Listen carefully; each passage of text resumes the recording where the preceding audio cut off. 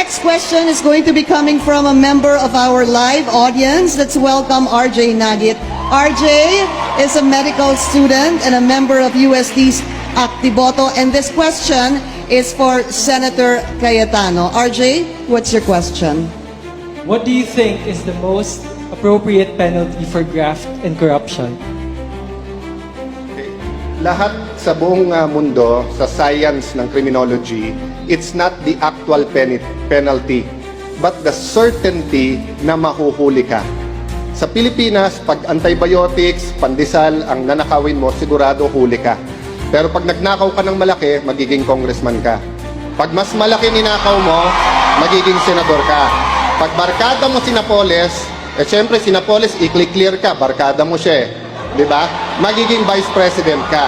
At pag naging presidente ka, mga kasama mo, kasama na sa corruption.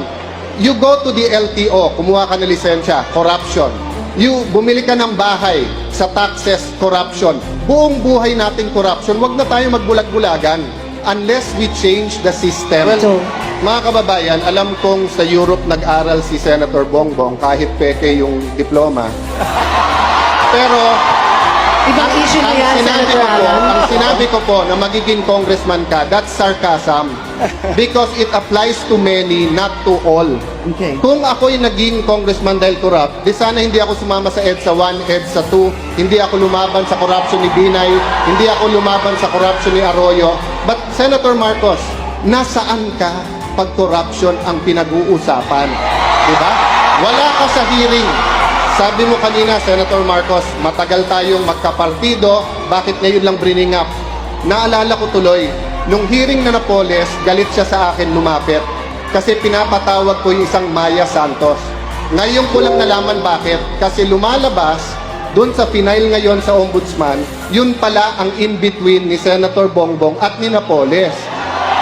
Alright, this will be the last word of the... To be fair to you, Senator Bongbong, yun din ang akala ko. Kung may Napoles ka, bakit ngayon lang? Tinignan ko 2007 to 2009 lang yung audit, 2011 yung sayo. Kaya ngayon lang lumabas. Pangalawa po, hindi totoo walang basihan ang numero.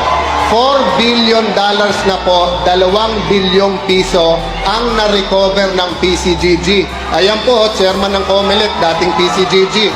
Hindi ko alam kung sa akin siya natatawa or kay Senator Bongbong. Pangatlo po, $1 billion ang ngayon pinaglalabanan pa rin ng gobyerno at ng Marcos family. Pang-apat po, sa salin ni Senator